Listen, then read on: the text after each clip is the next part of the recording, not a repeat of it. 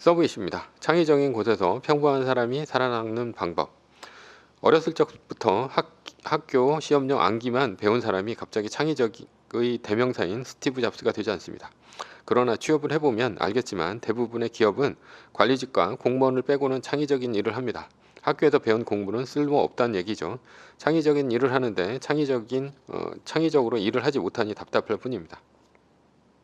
그래서 보통 사람이 창의적으로 일을 하는 방법을 찾아보도록 하겠습니다. 사실 창의적인 것도 별것 아닙니다. 보통 사람이 충분히 해낼 수 있습니다. 첫 번째는 문제를 파악하는 단계인데요. 게임 회사를 다니는 디자이너인데 게임 캐릭터를 그린다라는 것이고, 두 번째는 광고 회사에서 신차 광고를 만듭니다. 영화 감독인데 SF 영화를 만들고요. 카피라이터인데 새로운 광고 카피를 만듭니다. 발명가인데 생활에 필요한 무언가를 만들고요. 프로야구 팀을 우승시킵니다.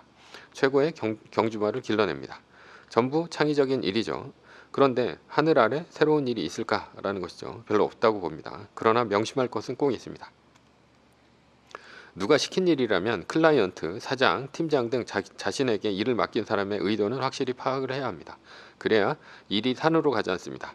산으로 가지 않으려면 일을 하면서 지속적으로 피드백을 받아야 합니다. 보여주고 깨지고 수정하는 과정을 거쳐야 한다는 것이죠.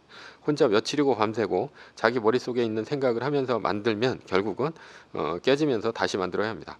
그리고 다음 단계로 나아가야 합니다. 그러니 피드백을 지속적으로 해야 한다는 얘기죠. 두 번째는 자료를 모으고 성공할 만한 아이디어를 찾는 과정입니다. 자료를 모으는 이유는 무엇입니까? 좋게 말하자면 벤치마킹을 하는 것이고요. 나쁘게 말하자면 베끼는 것입니다. 이것이 창의적인 곳에서 보통 사람들이 살아남는 핵심입니다. 창의적인 일로 성공하고 싶지 않습니까? 그런데 왜 베껴야 하느냐라는 것이죠. 일단은 나는 창의적인 사람이 아닙니다. 그런데 내 자신을 돌아보니 스티브 잡스와 같은 천재는 아니라는 것이죠. 따라서 내 머리를 굴려봐야 창의적인 작품이 안 나옵니다. 그러니 남의 머리를 빌리는 수밖에 없다라는 것이죠. 그러려면 남의 성공적인 데이터를 모으는 것입니다. 효과가 입증된 것이 성공 확률이 높습니다. 만약 광고 제작을 한다면 클라이언트의 지금까지의 광고를 싹 다 모읍니다. 지금까지 클라이언트가 마음에 들었던 광고라는 얘기죠. 그리고 두 번째는 클라이언트의 경쟁사 광고 중 장기간 지속되고 있는 광고를 조사를 합니다. 이미 장기간 지속되고 있는 광고는 사람들에게 먹힐 가능성이 높다는 얘기입니다.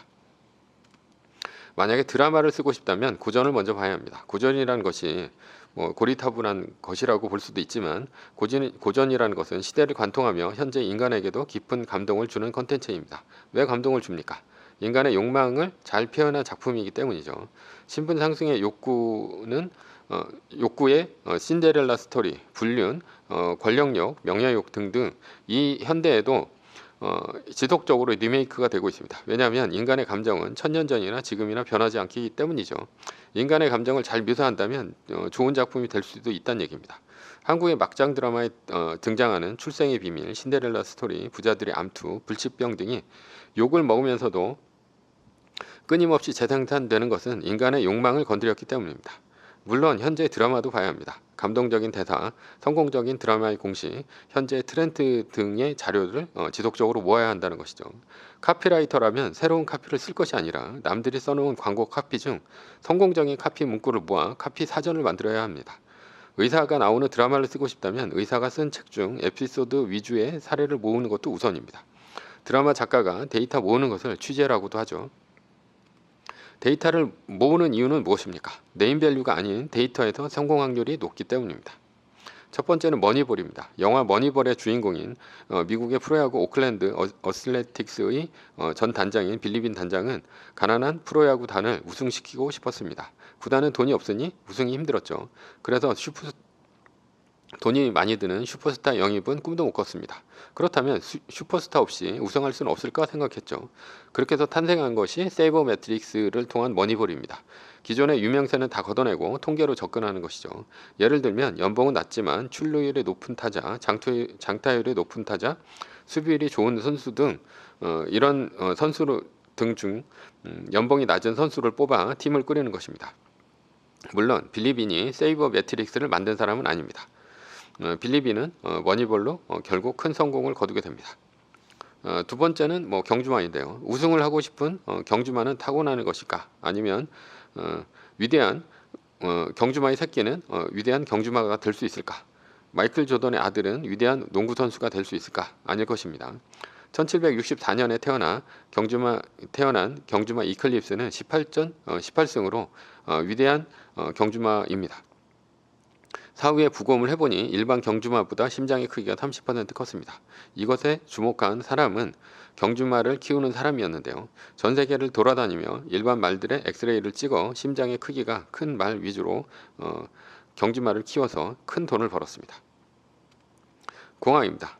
주가의 하락이 무섭습니까? 공황이 사례를 찾으면 됩니다. 지난 40년간의 나스닥 데이터를 모아 공통점을 찾습니다. 그리고 나스닥 마이너스 3%를 찾고 2020년 코로나 위기, 2022년 인플레이션 위기를 피할 수 있었다는 것이죠. 데이터를 모으면 그곳에서 성공의 숫자가 보입니다.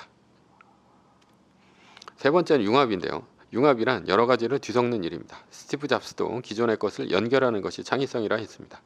스마트폰도 사실 기존의 전화기와 인터넷 기능을 합친 것 아닙니까?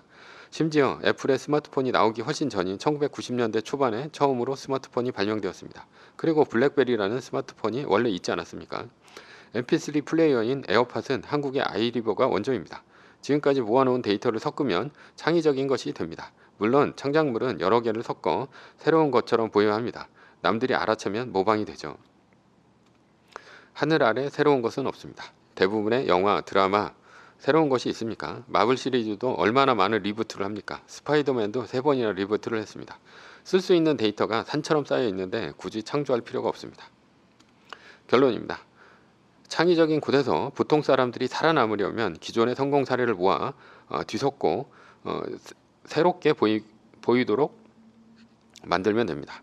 데이터를 보다가 성공적인 아이디어를 얻기도 합니다. 위의 방법은 어설픈 창작보다 성공 확률이 높은 방법입니다.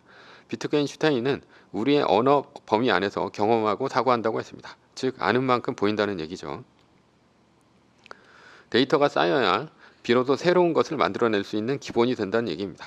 물론 창의적인 천재라면 머릿속에서 나오는 생각을 현실에서 구현하면 됩니다. 안 말립니다. 그러나 우리는 대부분 천재가 아닙니다.